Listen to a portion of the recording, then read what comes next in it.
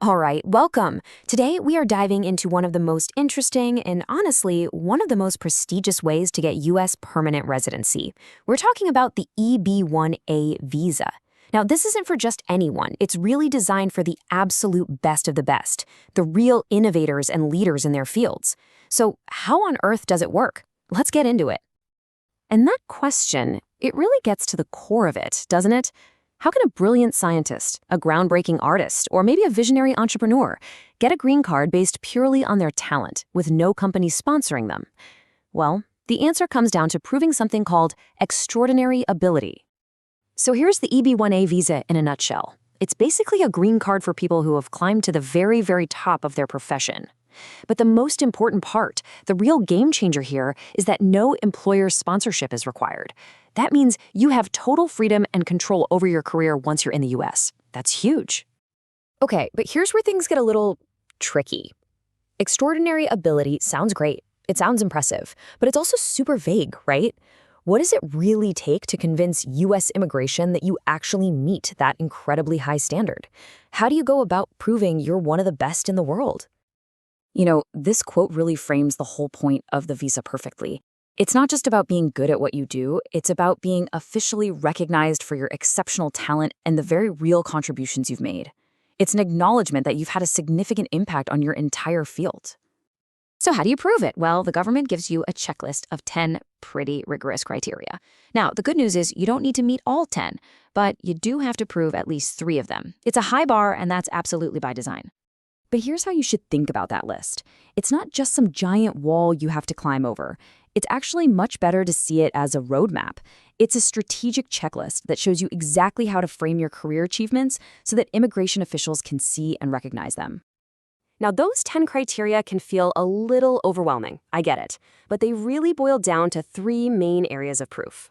First, you've got peer recognition. Think major awards or memberships in exclusive organizations. Second is documented impact, which you can show with publications or articles written about you. And finally, there's leadership and influence. This is where things like judging the work of others or holding a really critical role come into play. And this is the million-dollar question, isn't it? It's one thing to have the talent and the achievements.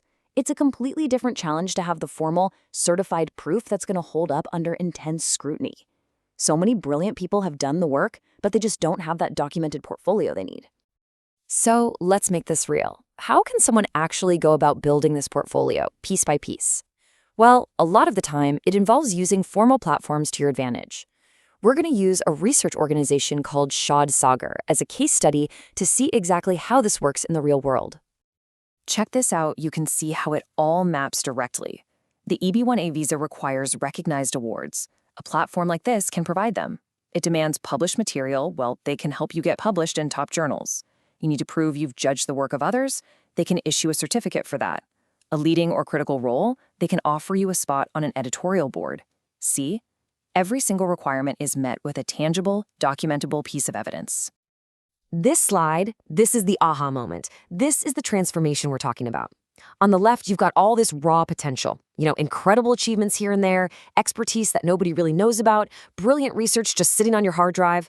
But on the right, all that potential gets converted into undeniable proof, a documented portfolio, a certified article in a major journal, and formal national recognition.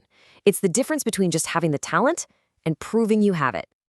Ultimately, what these platforms do is create a whole ecosystem to build your case. And while getting published is often the biggest piece of the puzzle, you can see that a really strong application is well-rounded.